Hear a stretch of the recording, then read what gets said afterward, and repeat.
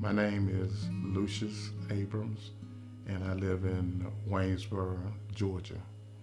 The family history of the farm, my father, Lucious Abrams Sr., and my mom, the farm that we are sitting on now, that they bought this farm in 1953, the same year that I was born. And that's the fascinating part about it. And my dad, he owned some land a little further below Waynesboro, and he sold that and then bought the 300 acres tract, and then later on, then RC and Herbert and myself, then we bought the other 300-acre tract, what we sitting on right here now. And my granddaddy was a farmer, and my dad was a farmer, and we would like to continue to farm, and also my nephew is sitting over here, and we want to try to keep the legacy going. My grandfather, who was Tom Abrams, yes, he did farm here in Burke County, and also my dad, he started farming, and it's been going on for, which he died back some years ago, and it was a partnership with Lucious Abrams and Son, and that was Lucious Abrams Sr. and R.C. Abrams, Herbert Abrams, and myself, Lucious Abrams Jr. We was farming on 600 acres, but we rented other property too, and the highlight of and it was really before we got into a problem with USDA.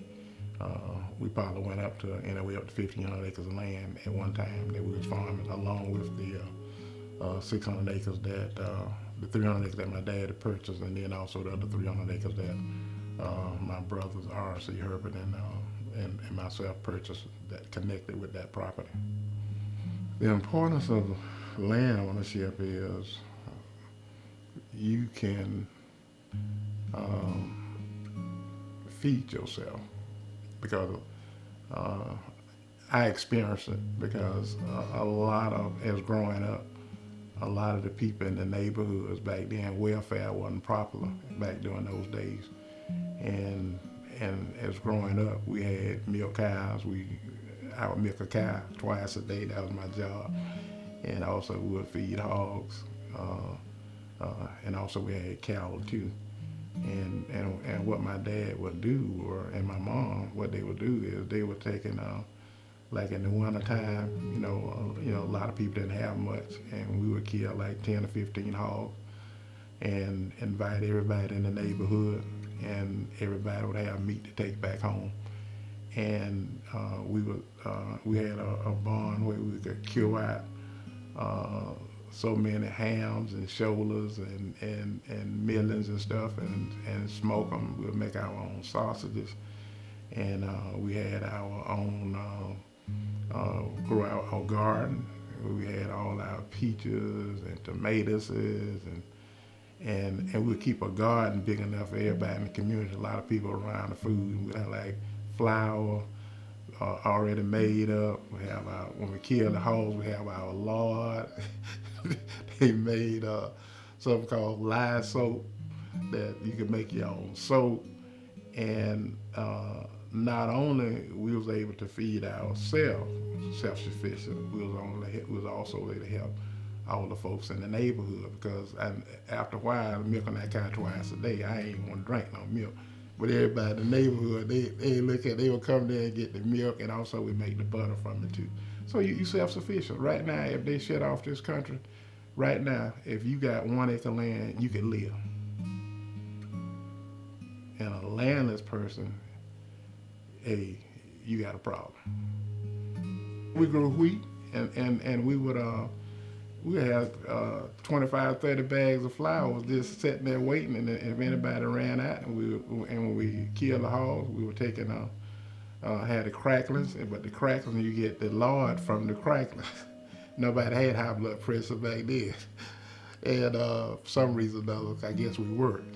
But you were self-sufficient. The only thing we would have to, only thing we really had to go to town to get was, just maybe a little salt and pepper and little small items, personal items. Other than that, but had on our beef cows. We put cows. As a matter of fact, that was one of my other jobs when I was a young boy. Our fryers. We used to raise our own chickens, had our own eggs. We was just totally self-sufficient. And that's the importance of being able to have land. I mean, if anything happened, you can live. Back during those days, like I say, welfare just came about later years for Black Americans. A lot of people don't know that, and that's how most of them live. And like I said, a lot of the younger kids, they would come out, and because we had cotton, they would come out and pick cotton during the summer. They'll pick peas and pick squash and cucumbers during the summer to make their extra money to buy their clothes, and also, be able to help the parents out. So, like I say, it was just kind of, well, to be a prime example, you know what I mean? I could have went off in a corner and not travel across this country and got involved with the black farmers to try to help save these other 3 million acres. But it's been in my blood over the years as a kid to be able to help somebody along the way.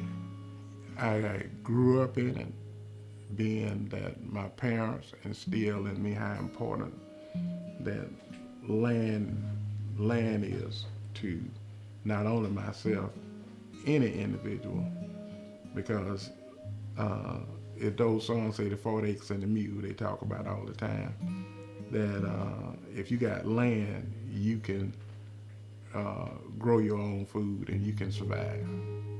That's the importance of land, and that's the importance that was instilled in me, and that's why I want to continue the legacy, not only for myself and my brother RC, also my nephew Sean, and whoever want to come in and take over the farming industry.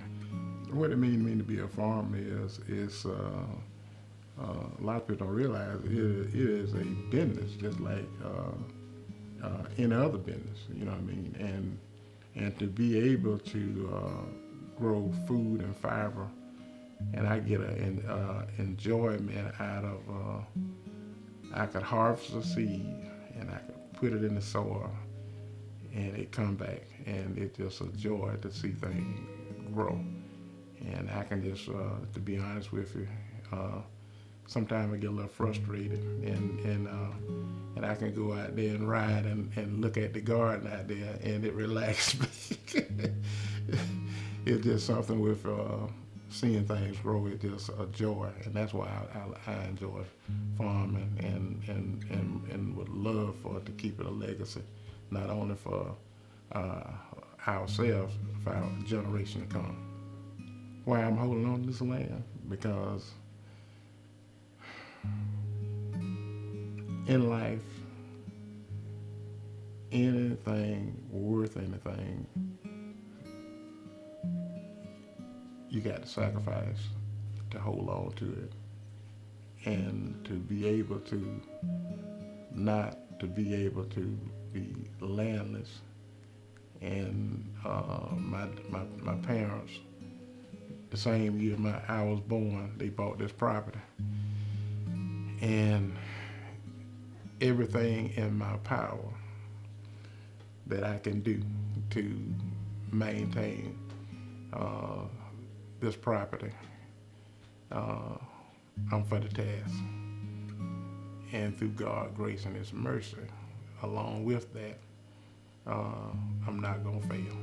I grew up in it, and the joy that I get out of being able to grow food and fiber, not only for myself but for the country, and also too, this is a business, just like if I had any other business, and I feel confident that this business here can be just as fruitful as any other business that I would choose to go in, and I feel, and that's why it's so important that we keep our Black Americans into the farming industry, because who knows what the next Dr. Carver is? if all black farmers go out of business? I mean, Dr. Carver revolutionized farming, and he was a black man. And that's why it's so important that we make sure that our next generation be able to grow food and fiber for this country. Well, I look at it this way. If we can maintain the foundation that they can build, or whoever want to come in and build, they have something here to work with. Because once you lose it, there's no more chance. But as long as it's here, and that's why we've been fighting for the last 20 years, trying to hold on. That was the importance of the black farmers lawsuit. That's why they got started, because so many black farmers was going out of business, had went out of business, and we put together from the land loss. That was one of the main issues. So much land had been lost, and that's why the whole black farmers lawsuit got started.